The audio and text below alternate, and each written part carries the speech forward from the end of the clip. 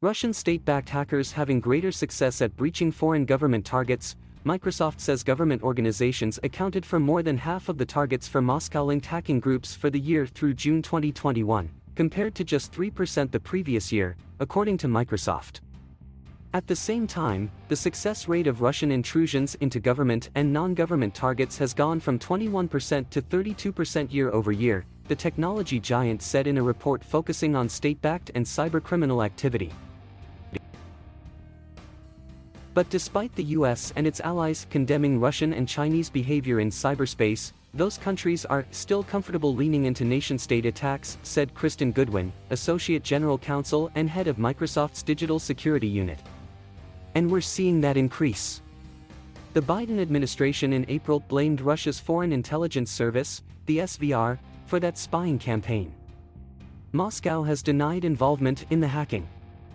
North Korea, Iran and China were next most active countries. Microsoft also reported Thursday that 58% of government-linked hacking attempts originated in Russia, followed by 23% from North Korea, 11% from Iran and 8% from China. The data comes with caveats.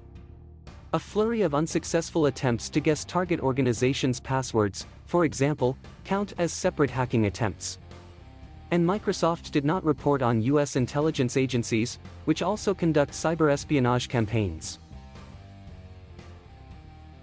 But with over 1 billion devices using Microsoft software worldwide, the technology provider has a broader view of malicious cyber activity than most other organizations. And the data tells its own story. Cyber activity, for example, often correlates with larger geopolitical dynamics and tensions. While Russia beefed up its troop presences along its border with Ukraine earlier this year, the same hacking group that carried out the SolarWinds breaches has heavily targeted Ukrainian government interests, according to Microsoft. The number of Microsoft customers in Ukraine impacted by the Russian hacking group soared to 1,200 in the fiscal year ending in June compared to just 6 the year prior.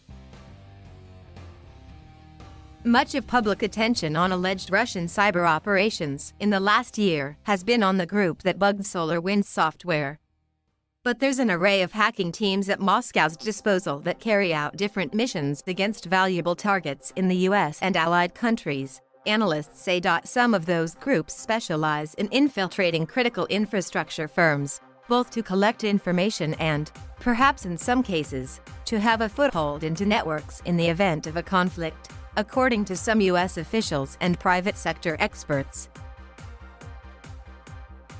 Attacks on critical infrastructure. The concern is that effort that we've seen actively use disruptive effects around the globe. Rob Joyce, head of the National Security Agency's Cybersecurity Directorate, said at the Aspen Cyber Summit last week.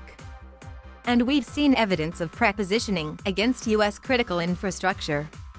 So, all things that can't be tolerated and we need to work against. One such group, known as governm in the cybersecurity industry, has been linked to breaches of industrial software at US electric utilities that the Department of Homeland Security blamed on Russian government hackers in 2018. The group, which some analysts have linked to Russia's FSB intelligence agency, has in the last 3 years shown a steady appetite for collecting data held by critical infrastructure firms in the US, Ukraine and Western Europe.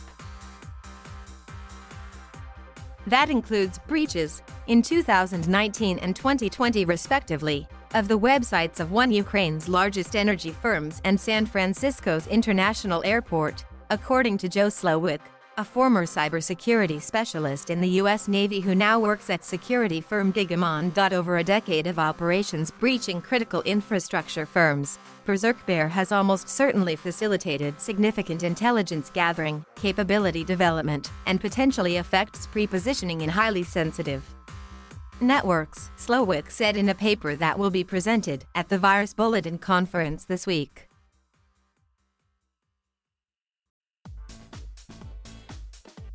Thank you for watching. Please subscribe,